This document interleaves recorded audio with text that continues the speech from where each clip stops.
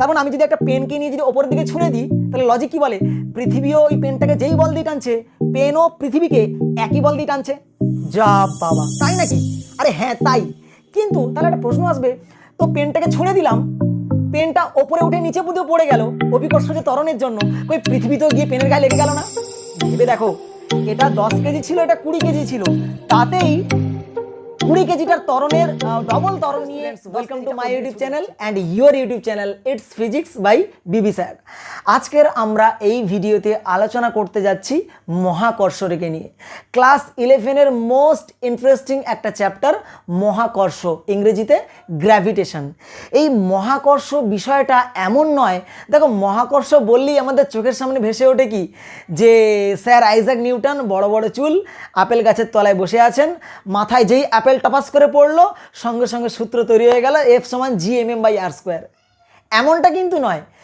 মহাকর্ষ বলে ধারণাটা ওই আইজাক নিউটনের মাথায় অ্যাপেল পড়লো তার ওপর থেকে তৈরি হয়ে গেল তা কিন্তু নয়। এটা অতীতে ছিল, বর্তমানে আছে, আর মহাকর্ষ বল ভবিষ্যতেও থাকবে। এটা কিন্তু তোমরা মাথায় রেখো। এখন এই মহাকর্ষ বলের যে ব্যাপার, চিন্তা ভাবনা, এইটার ওপরে গ্রহ উপগ্রহের গতিগুলোও কিন্তু দাঁড়িয়ে রয়েছে। ব্যাপারটা কেমন, যে এর পরে পরে তোমরা ক্লাসে ভিডিও লেকচারে তোমরা এক এক করে দেখতে পাবে যে সূর্যের চারপাশে পৃথিবীর গতি, পৃথিবীর চারপাশে চাঁদের গতি, বৃহস্পতির চারপাশে যে সমস্ত উপগ্রহ রয়েছে তাদের গতি, প্রত্যেকটা কিন্তু এই মহাকর্ষ বলের উপর ডিপেন্ড করে রয়েছে। এমন নয় তারা ধান্দায় ঘুরছে, তা কিন্তু নয়, নিজস্ব কিছু তাদের কিছু কারণ রয়েছে, সেই কারণটা হচ্ছে মহাকর্ষীয় বল। তো এর উপরে বেস করে কিভাবে ঘুরছে না ঘুরছে এগুলো সব পরে পরে আমরা জানবো। তো এই যে তোমার স্যার আইজাক নিউটনের যে কনসেপ্ট, তার যে জেনারেল থিওরি, তার উপরে কিন্তু মহাকর্ষীয় বলটা দাঁড়িয়ে রয়েছে। যদিও বর্তমানে ফিজিক্স অনেক ডেভেলপ করেছে, এখন হচ্ছে ক্লাসিক্যাল মেকানিক্স নয়, এখন কোয়ান্টাম মেকানিক্স নিয়ে সমস্ত কিছু চলে। তো আমরা এখানে কিন্তু ক্লাস 11-এর যে টপিক, আমরা ক্লাসিক্যাল মেকানিক্স নিয়ে মহাকর্ষীয় বলটা আলোচনা করব। তো একদম অতীতে এর ইতিহাস দেখতে গেলে কোপারনিকাস থেকে শুরু করে, কোপারনিকাসের পর তোমার এসছেন টাইকো ব্রাহে, তারপরে এসছেন জোহান্স কেপলার। প্রত্যেকটা বিজ্ঞানী কিন্তু গ্রহ উপগ্রহের গতি নিয়ে কিন্তু বিস্তারিত আলোচনা দিয়েছেন। পরবর্তীকালে নিউটন কিন্তু একটা জেনারেল ফর্মালাইজেশন করেন, সেখান থেকে কিন্তু চর্চাটা আরও বেশি প্রকট হয়েছে এই তোমার মহাকর্ষের বিষয়টা। তো কথা হচ্ছে গিয়ে মহাকর্ষ বলটা কি, এত কিছু যে বলছি, মহাকর্ষীয় বলটা কি আগে সম্পর্কে জানি। মহাকর্ষীয় বল তখন নিউটন একটা সূত্র দিচ্ছেন, জেনারেল একটা ফর্মুলা দিচ্ছেন, যে মহাবিশ্বের মধ্যে যে কোনো দুটি বস্তু পরস্পরকে আকর্ষণ করে, কখনো বিকর্ষণ করে না। এই ব্যাপারটা খানিকটা বলতে গেলে মানে খানিকটা যে কোনো একটা সম্পর্কের মানে কেমন জানো তো, ওই যে ছেলে আর মেয়ের মধ্যে সম্পর্ক, একটা গার্লফ্রেন্ড বয়ফ্রেন্ডের মধ্যে সম্পর্ক, যেমন যে বলে না যে একটা গার্লফ্রেন্ড বয়ফ্রেন্ডের মধ্যেকার যে সম্পর্ক, সেটা বয়ফ্রেন্ডের পকেট মানির থিকনেসের উপর ডিপেন্ড করে, সমানুপাতিক, আর মেয়ের মানে গার্লফ্রেন্ডের আর কি, গার্লফ্রেন্ডের ইগোর বর্গের ব্যস্তানুপাতিক। তো এরকম একটা ব্যাপার কনসেপ্ট আছে। তো যদিও এটা জাস্ট একটা মজার জিনিস, এটা ফেসবুক থেকে কপি পেস্ট করা, ফেসবুকে না আবার কপিরাইট মেরে দেয় আমার চ্যানেলে। তো যাই হোক, তো তোমার আইজাক নিউটন উনি বলছেন যে সারা বিশ্ব ব্রহ্মাণ্ডে, যে একদম পুরো টোটাল হোল ইউনিভার্সের মধ্যে যে কোনো দুটো বস্তু ধরে নাও এই একটা বস্তু আর এই একটা বস্তু, যে কোনো বস্তু তারা পরস্পরকে আকর্ষণ করে, আর এই আকর্ষণ বলকেই আমরা কি বলি, মহাকর্ষ বল। বোঝা গেল? তো ধরে নিচ্ছি এই যে বস্তুটা, এর ভরের মান কত m1, আর এই বস্তুটা এর ভরের মান m2।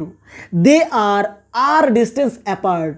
এদের কেন্দ্র থেকে কেন্দ্রের দূরত্ব মানে এমন নয় এর পৃষ্ঠ থেকে পৃষ্ঠের দূরত্ব বলতে কি, এর কেন্দ্র থেকে এর কেন্দ্রের দূরত্ব। তো কেন্দ্রের দূরত্বের মান কত r। তো নিউটন বলছেন যে এদের পারস্পরিক যে আকর্ষণ বলটা F কি হবে না, প্রপোর্শনাল টু এদের ভরের গুণফলের সমানুপাতিক। দুটো বস্তুর ভরের মান যত বেশি হবে তাদের মধ্যেকার আকর্ষণ বল তত বেশি হবে। তো কি বললাম না, F প্রপোর্শনাল টু কি হবে, m1 m2। এটা মহাকর্ষীয় যে বলটা, দুটো বস্তু যে টানছে পরস্পরকে, সেই বলের মানটা ভরের গুণফলের সমানুপাতিক। আচ্ছা, আর কি না, প্রপোর্শনাল টু 1/r², আমাদের মধ্যবর্তী দূরত্বের বর্গের ব্যস্তানুপাতিক। তাহলে একসঙ্গে যদি এটাকে আমরা ফর্মুলাইজ করি, তো কি দাঁড়াবে F proportional to m1 m2 divided by R square, ঠিক কিনা বলো?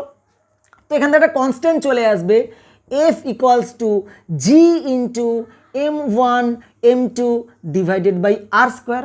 আর is the distance between the centre of the two body, দুটো বস্তুর মধ্যেকার যে কেন্দ্রের দূরত্ব তার মান হচ্ছে আর। তো নতুন একটা ফর্মুলা পেয়ে গেলাম, এটা মারাত্মক একটা ফর্মুলা হতে যাচ্ছে, চশমা লাগিয়ে দাও, ড্যাব ড্যাব করে দেখবে তোমরা। তো মহাকর্ষীয় বল তার মানটা কত পেয়ে গেলাম আমরা, G m1 m2 divided by R square, আর কি মধ্যবর্তী দূরত্ব। তো মহাকর্ষীয় বলের ফর্মুলা আমাদের রেডি হয়ে গেল। এইবার এখানে এই যে জি দেখতে পাচ্ছ, আমি নতুন একটা কনস্ট্যান্ট নিয়ে এসেছি, এটা অ্যাকচুয়ালি আমার কনস্ট্যান্ট নয়, এটা হেনরি ক্যাভেন্ডিশ বলে একজন সায়েন্টিস্ট, কি বললাম, হেনরি ক্যাভেন্ডিশ, উনি কিন্তু এই জি ব্যাপারটা, এই জির কনসেপ্টটা কিন্তু নিয়ে আসেন, এবং জি মহাকর্ষী বলের আমরা দেখবে এক্ষুনি একটা মান লিখবো। তো হেনরি ক্যাভেন্ডিশ উনি এক্সপেরিমেন্ট করে এই জি এর একটা মান বের করেছিলেন, এবং এই যে ক্যাপিটাল জি, এই জিটাকে বলা হয়, জানো তো, এই জিটাকে বলা হয় মহাকর্ষীয় ধ্রুবক।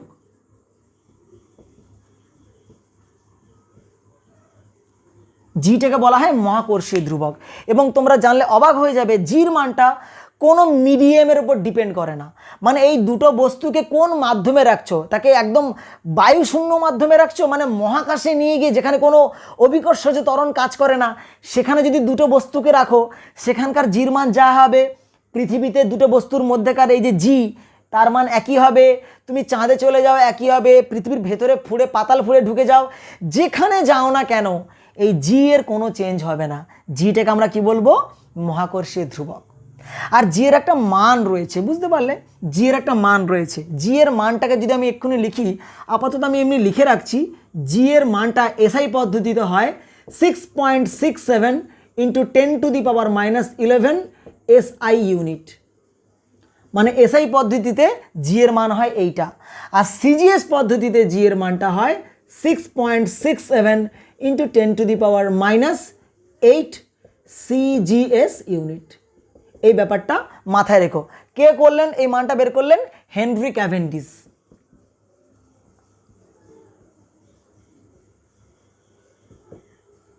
হেনরি ক্যাভেন্ডিশ উনি কিন্তু প্রথম এই একটা এক্সপেরিমেন্ট করে উনি এই জি এর মানটা ক্যালকুলেট করে দেখালেন। তো এই মানটা যেটা হচ্ছে not changeable in any situation, যে কোনো অবস্থাতে জি এর মানটা কখনো চেঞ্জ হবে না। এখন এই যে মহাকর্ষীয় বলের যে আমরা ফর্মুলাটা পেলাম, এই যে মহাকর্ষীয় বল, এই বলের কিছু বৈশিষ্ট্য রয়েছে, বুঝলে, যেটা না বললে নয়। এই মহাকর্ষীয় বল, এবং এটা খুব ইম্পর্টেন্ট পরীক্ষার জন্যেও। তো আমরা জেনে নেব মহাকর্ষীয় বলের বৈশিষ্ট্যগুলো কি কি। তো চলে আসছি মহাকর্ষীয় বলের বৈশিষ্ট্যতে। 1 নম্বর, না এই বলটা সংরক্ষী বল। মহাকর্ষীয় বল সংরক্ষী, ইংরেজিতে কনজারভেটিভ, 1 নম্বর। 2 নম্বর কি, না 2 নম্বর হচ্ছে মহাকর্ষীয় বলটা হচ্ছে সেন্ট্রাল ফোর্স বা কেন্দ্রক বল। এটাকে আমরা বলবো সেন্ট্রাল ফোর্স, ঠিক আছে। মহাকর্ষীয় বল হচ্ছে সেন্ট্রাল ফোর্স, 2 নম্বর ক্লিয়ার হয়ে গেল। 3 নম্বর হচ্ছে এই যে মহাকর্ষীয় বলটা দূর দূরান্তের অনেক দূরে থাকা দুটো বস্তুর মধ্যেও ক্রিয়া করে, তার মানে এইটা একটা লং রেঞ্জ ফোর্স। তো আমরা কি বলবো এটাকে, যে দূরপাল্লার বল, লং রেঞ্জ ফোর্স, মানে অনেক দূরে দূরে থাকা দুটো বস্তুর মধ্যে মহাকর্ষীয় বলটা কাজ করে। এইটা 3 নম্বরে গেল। 4 নম্বর কি, 4 নম্বর খুব ইম্পর্টেন্ট একটা বৈশিষ্ট্য, যে মহাকর্ষীয় বলটা হচ্ছে ইনভার্স স্কোয়ার ল মেনে চলে। তো এটাকে আমরা বলবো এইরকম, যে মহাকর্ষীয় বল, এই বল, হ্যাঁ, ইনভার্স স্কোয়ার ল, মানে প্রপোর্শনাল টু 1/r², না। মহাকর্ষীয় বলটা কি দেখলাম, মধ্যবর্তী দূরত্বের বর্গের ব্যস্তানুপাতিক 1/r² এর সঙ্গে।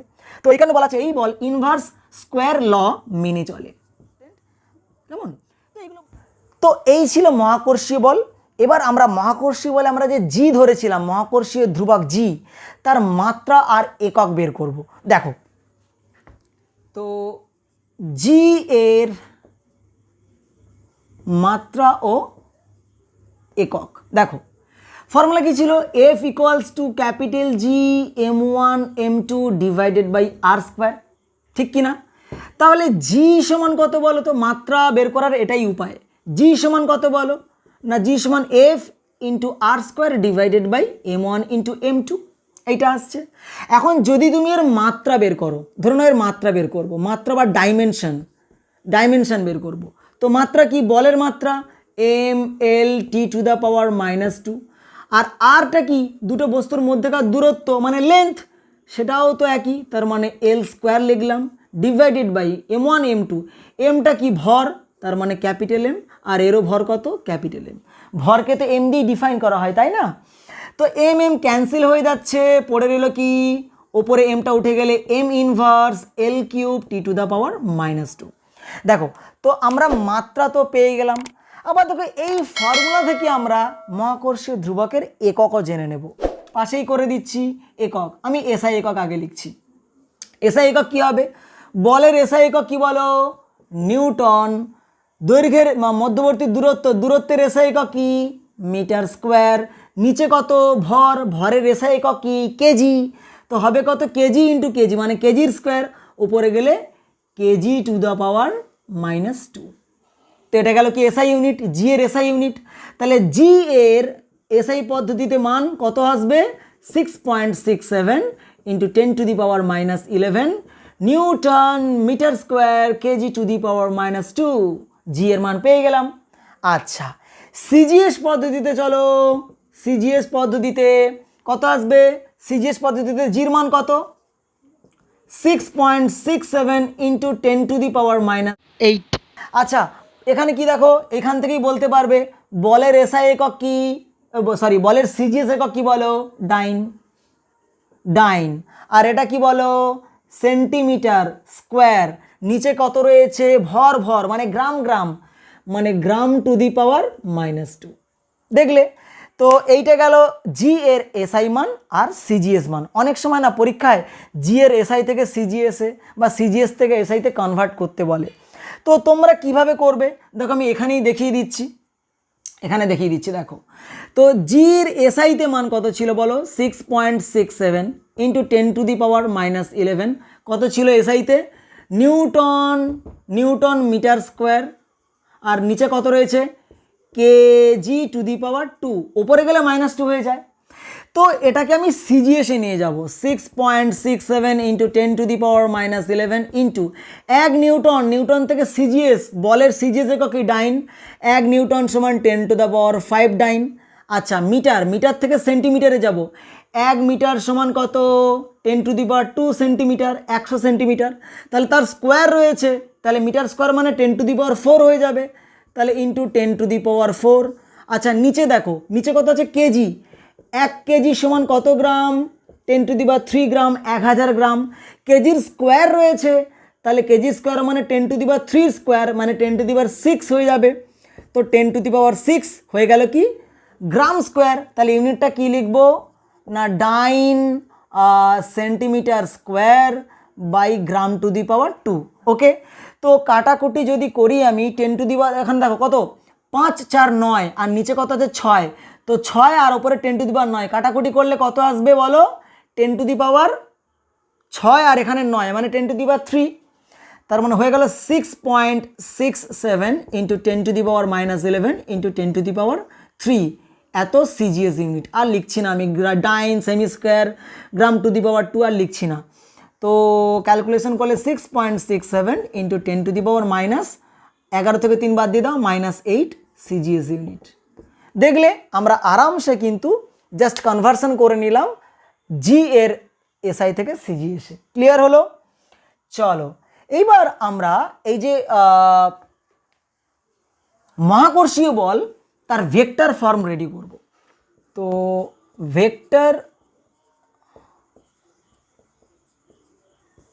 ভেক্টর রূপ পড়ব। দেখো, আমরা মহাকর্ষীয় বলের এবার ভেক্টর রূপ পড়ব।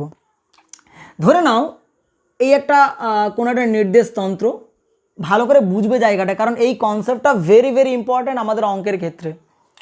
ধরে নিচ্ছি এই একটা নির্দেশতন্ত্র, তো এইখানে একটা বস্তু রয়েছে যার ভর কত m1, এখানে একটা বস্তু রয়েছে যার ভর কত m2। এখন মূল বিন্দু থেকে এই যে বস্তুটা, এর দূরত্ব ধরে নিচ্ছি r1, আর মূল বিন্দু থেকে এর দূরত্ব ধরে নিচ্ছি আমি r2। আচ্ছা, এদের মধ্যেকার যে সেপারেশন ভেক্টর ফর্মে কি লিখব, যে R12 বা R21 বলতে পারি। R12 মানে কি না 1 নম্বর বস্তুর অবস্থান 2 নম্বর বস্তুর সাপেক্ষে।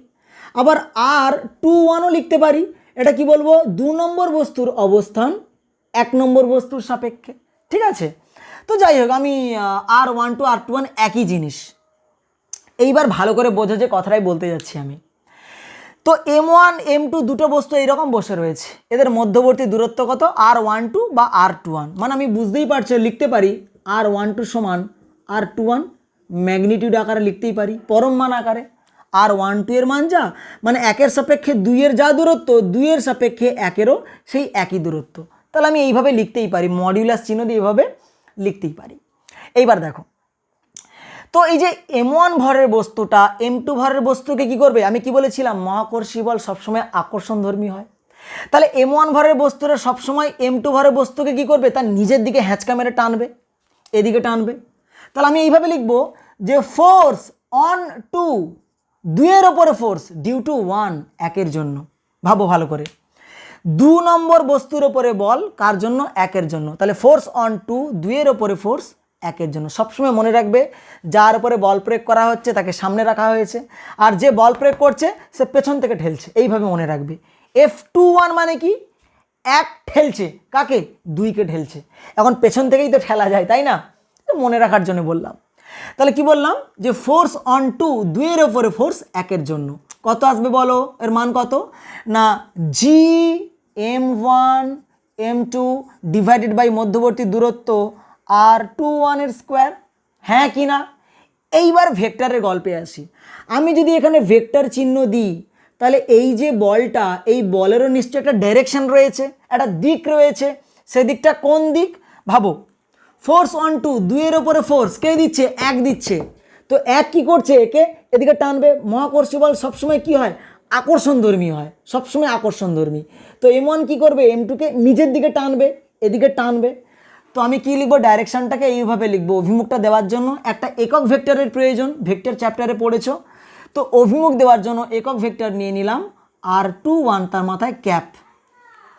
ক্যাপ গুণ করার সুবিধাটা কি, এর অভিমুখটা কত হয়ে গেল বলো, 1, এর মানটা কত হয়ে গেল 1, কিন্তু একটা নির্দিষ্ট দিক রয়েছে, দিকটা কোন দিকে, এই দিকে। ক্লিয়ার হলো। আচ্ছা, এখন দেখো একটা এ ক্যাপকে আমরা এরকম লিখতে পারি না, এ ভেক্টর ডিভাইডেড বাই এ, লেখাই যায়। তাহলে এটাকে আমরা এইভাবে লিখতে পারি যে GM1 M2 divided by R21 R square into, এরকম লিখতে পারি নিশ্চয়ই যে R21 vector divided by R21। একটা ভেক্টরের ক্যাপ সমান কত, ভেক্টর বাই তার পরম মান, তো R21 ক্যাপ সমান R21 বাই তার পরম মান, সমান GM1 M2 divided by R21 তার কিউব ইন্টু R21 ভেক্টর। নিশ্চয়ই এরকম লেখা যায়, ঠিক কিনা বলো, নিশ্চয়ই লেখা যায়। আচ্ছা, তো আমরা আপাতত আমরা এই ফর্মুলাটাকে ধরে নিয়েই এগোবো। তো আমরা কি দেখলাম যে 2 নম্বরের ওপর বল কে দিচ্ছে, 1 নম্বর দিচ্ছে, টানছে এদিকে। Next, force on 1 due to 2, 1-এর ওপরে ফোর্স কে দিচ্ছে, 2 দিচ্ছে, তাহলে 2 কি করবে, 1-কে আকর্ষণধর্মী বল নিজের দিকে টানবে, এদিকে টানবে।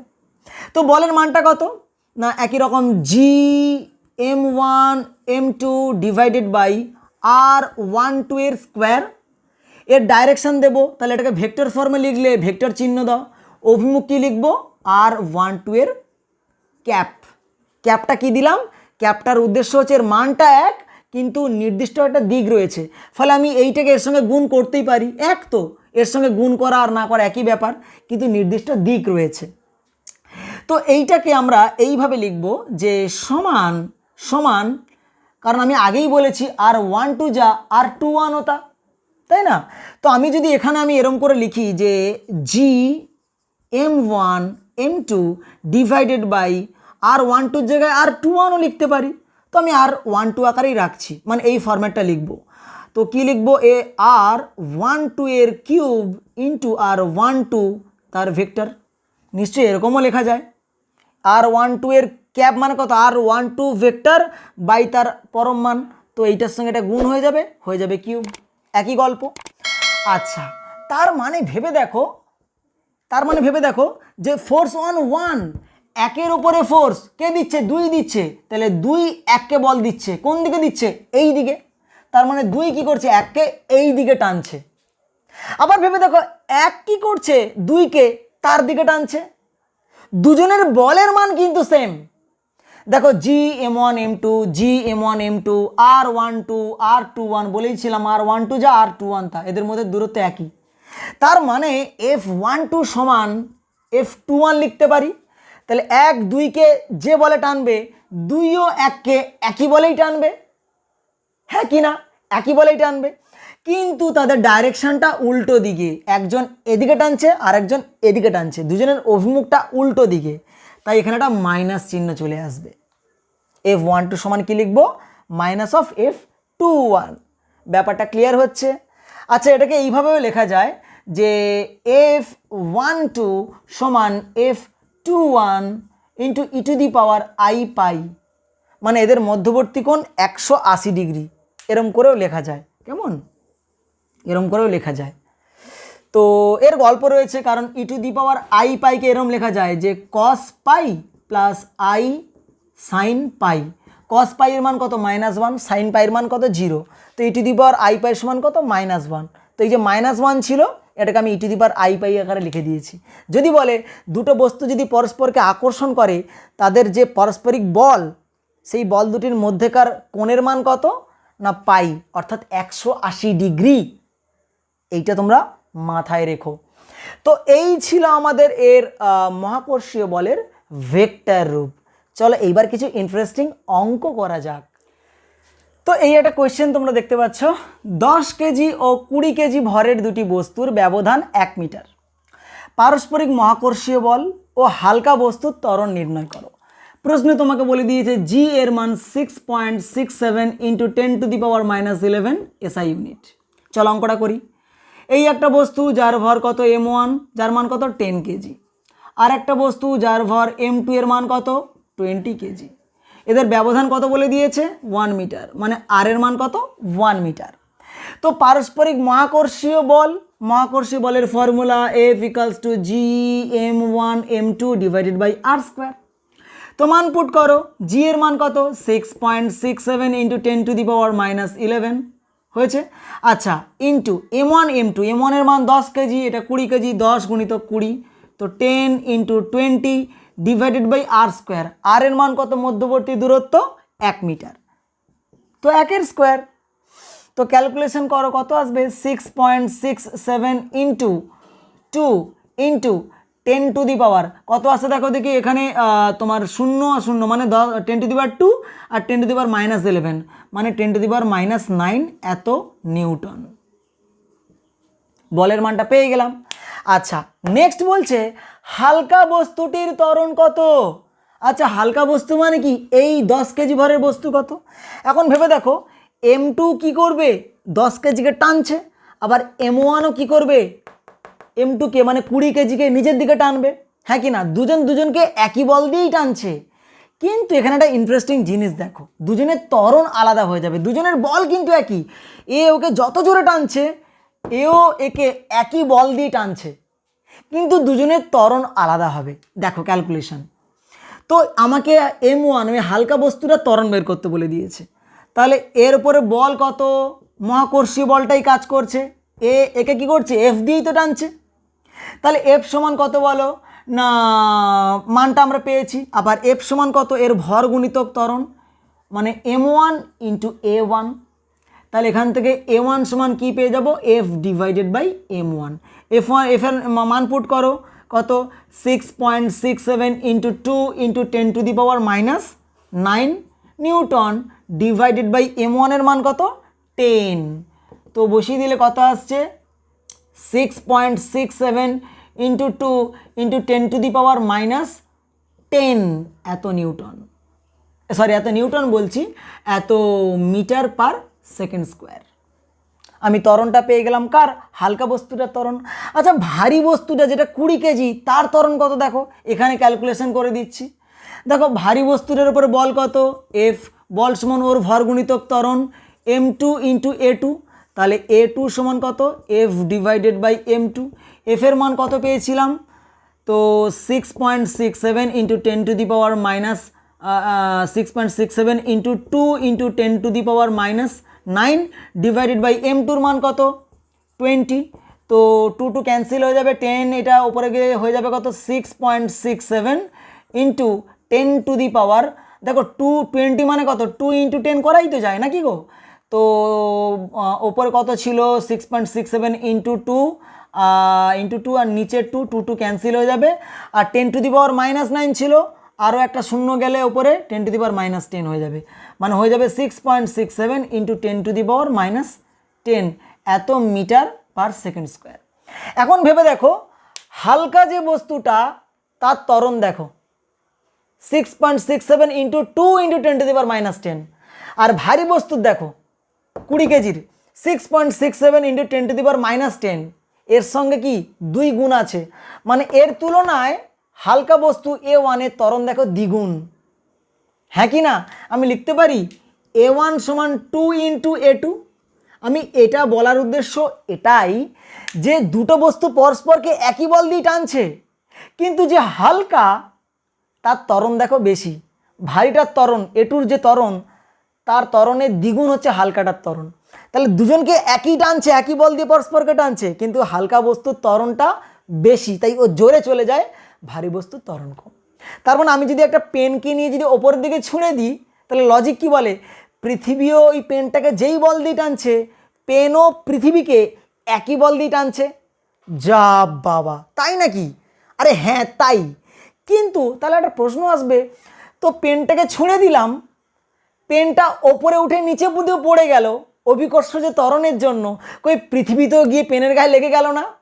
ভেবে দেখো, এটা 10 কেজি ছিল, এটা 20 কেজি ছিল, তাতেই 20 কেজিটার ত্বরণের ডবল ত্বরণ নিয়ে 10 কেজিটা ওর দিকে ছুটে যাচ্ছে, এ হালকা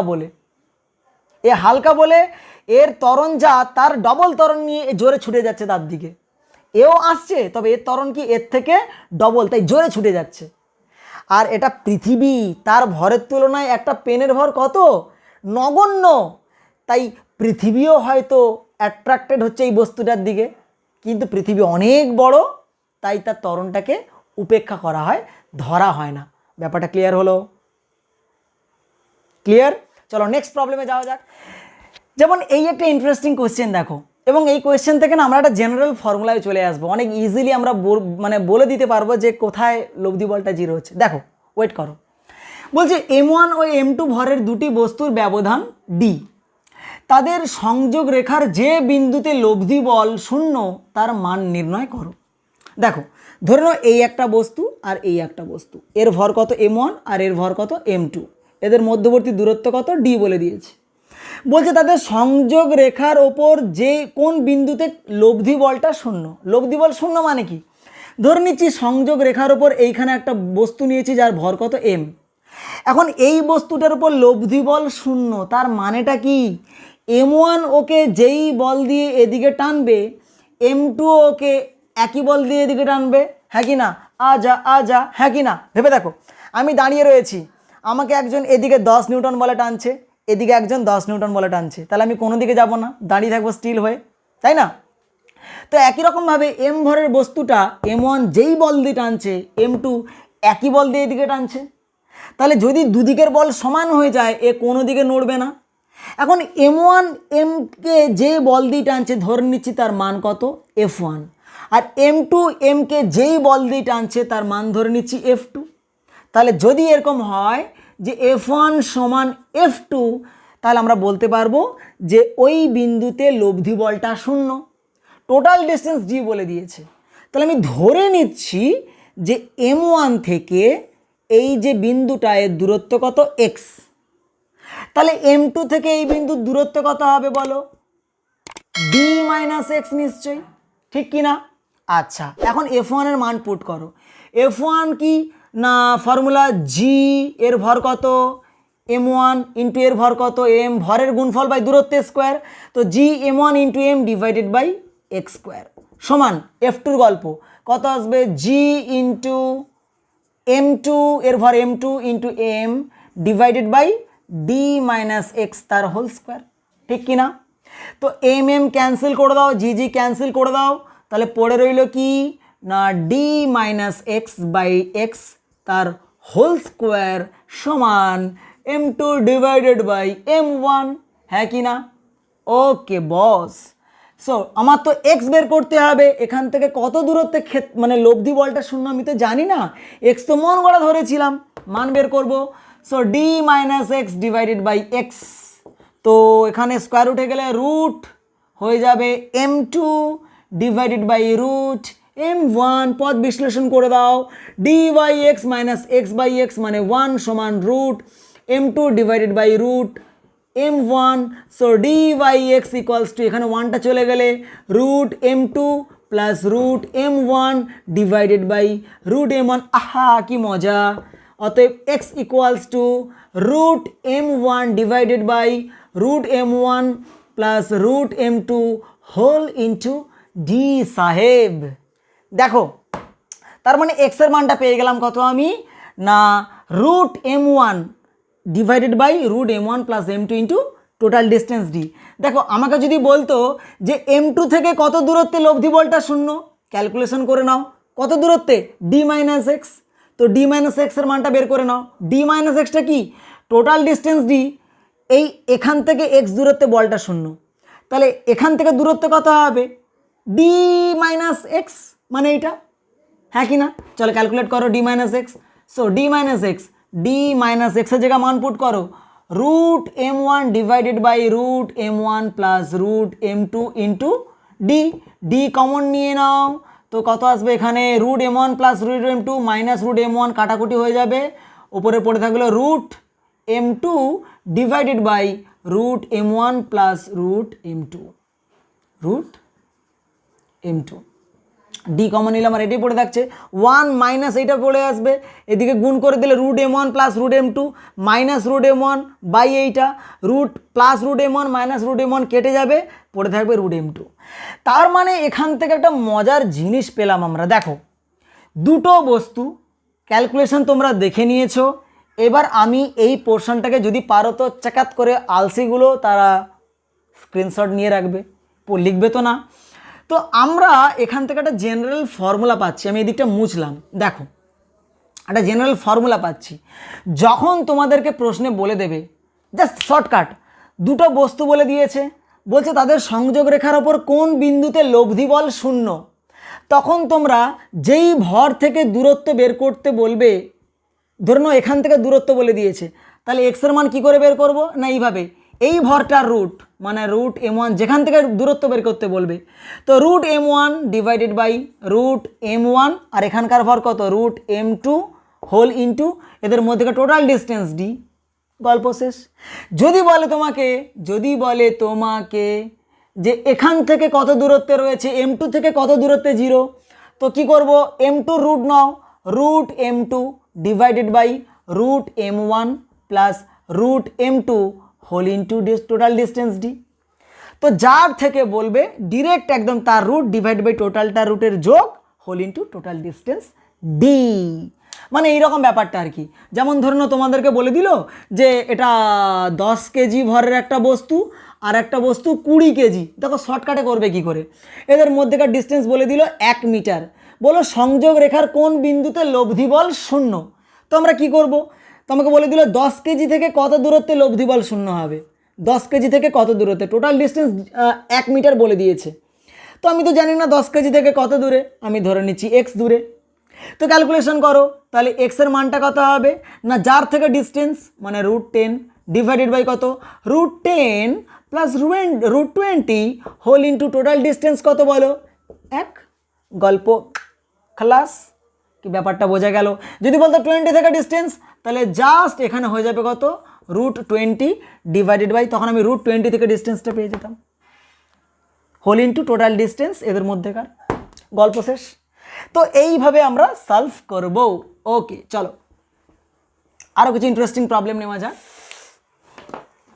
যেমন দেখো এই একটা প্রবলেম বলছে নির্দিষ্ট উপাদান নির্মিত দুটি আর ব্যাসার্ধের গোলীয় বস্তু পরস্পর সংস্পর্শে রয়েছে, তবে দেখাও পারস্পরিক বল ব্যাসার্ধের চতুর্থ গুণের সমানুপাতিক। দেখো ধরুন এই একটা গোলক, প্রশ্নটা ভালো করে বুঝবে, এই একটা গোলক আর এই একটা গোলক, দুটো গোলক, প্রত্যেকের ব্যাসার্ধের মান কত আর, তার মানে এর ব্যাসার্ধের মান হচ্ছে আর এরও ব্যাসার্ধের মান হচ্ছে আর। তো এই যে দুটো বস্তু পরস্পরের সংস্পর্শে রয়েছে, তাহলে এর ভর ধরে নিচ্ছি আমি এম, বা তুমি m1 বলে দাও আর এর ভর বলে দাও m2। ওকে, তো দুজনের ভর আলাদা এমন তো নয় যে দুটোর ব্যাসার্ধ একই মানে দুজনের ভরও একই হতে হবে, এমন তো কোনো কথা নেই, তাই না? ভরের কথা উল্লেখ করে দেয়নি। তো এদের মধ্যেকার যে পারস্পরিক বল ফর্মুলা কি? এফ সমান কত বলো? এফ সমান জি into m1 m2 divided by মধ্যবর্তী দূরত্বের স্কোয়ার। এখন তোমরা বলবে স্যার গায়ে গায়ে লেগে রয়েছে, তাহলে মধ্যবর্তী দূরত্বের মান 0। আরে বোকা, দূরত্ব মানে কি? এর কেন্দ্র থেকে এর কেন্দ্রের দূরত্ব, বড্ড বোকা। তো এর কেন্দ্র থেকে এর কেন্দ্রের দূরত্ব কত? আর যুক্ত আর মানে 2r, তো 2r এর হোল স্কোয়ার পেয়ে গেলাম আমরা G m1 m2 divided by 4 into R square. Clear? এখন ভর সমান কি না ঘনত্ব গুণিতক আয়তন, এটা আমরা জানি।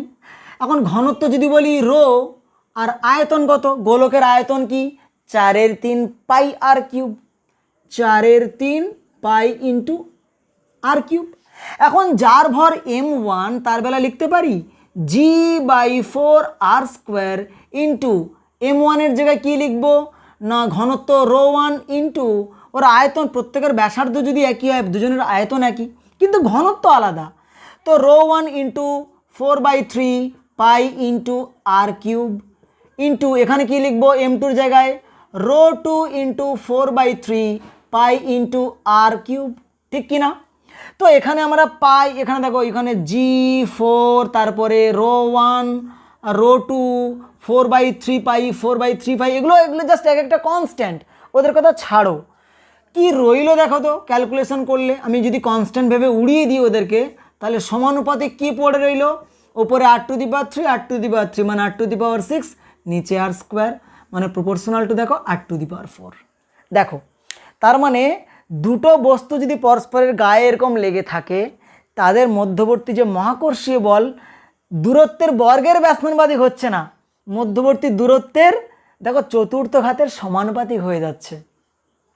তো কোয়েশ্চেন্স অফেন্স মানে এরকম আসে, তো সেখানে অনেকেই ফাঁসে যে মধ্যবর্তী দূরত্ব, আরে বাবা তাদের পারস্পরিক এরকম চতুর্থ ঘাতিক সমানুপাতিক না বলে এরকম বলে দিল যে আর ব্যাসার্ধের পারস্পরিক এরকম দুটো বস্তু তাদের ব্যাসার্ধের মান আর, তবে তাদের পারস্পরিক বলের মান প্রপোর্শনাল টু এরকম বলে দিল r², proportional to 1/r², proportional to 1/r⁴, proportional to r⁴। এখন তোমরা তো শিখে এসছে যে মধ্যবর্তী দূরত্ব যদি দুটো গোলক তাদের মধ্যবর্তী দূরত্ব কি r যুক্ত r মানে 2r, তাহলে gmm বাই দূরত্বের স্কোয়ার, হ্যাঁ কি না? দূরত্বের স্কোয়ার মানে কত? 1/2r এর হোল স্কোয়ার, 2r এর হোল স্কোয়ার মানে 4r² মানে ঘটাস। ও ঠিক করে ফেলেছি, একদম না। দেখো ক্যালকুলেশন করে কি আসলো, r⁴ এলো। তো দুটো বস্তু কন্ট্যাক্টে থাকলে আমরা এইভাবে তাদেরকে তোমার ভরের আকারে ক্যালকুলেশন করে নিয়ে নির্দিষ্ট উপাদানের কথা উল্লেখ করে দিয়েছে, সঙ্গে সঙ্গে আমাদের মাথায় যেন ক্লিক করে যায় যে ভর সমান ঘনত্ব গুণিতক আয়তন। উপাদানের কথা উল্লেখ করে দেওয়া আছে মানেই ভরকে ঘনত্বে কনভার্ট করে নিয়ে অঙ্কটা করতে হবে, এটাই বেটার। ক্লিয়ার হলো? তো এইটা একটা কনসেপ্ট। তো এই ছিল আজকের এর প্রবলেম, আর বেশি ভিডিওটাকে লেন্দি করতে চাইছি না। দেখা হচ্ছে পরের ভিডিওতে মহাকর্ষীয় বলের আরও ইন্টারেস্টিং প্রবলেমসকে নিয়ে। তো টাটা, আর অবশ্যই ভালো লাগলে চ্যানেলটিকে সাবস্ক্রাইব করবে, বন্ধুদের মধ্যে শেয়ার করো, আর অবশ্যই কমেন্ট করতে ভুলো না। টাটা, দেখা হচ্ছে নেক্সট ভিডিওতে।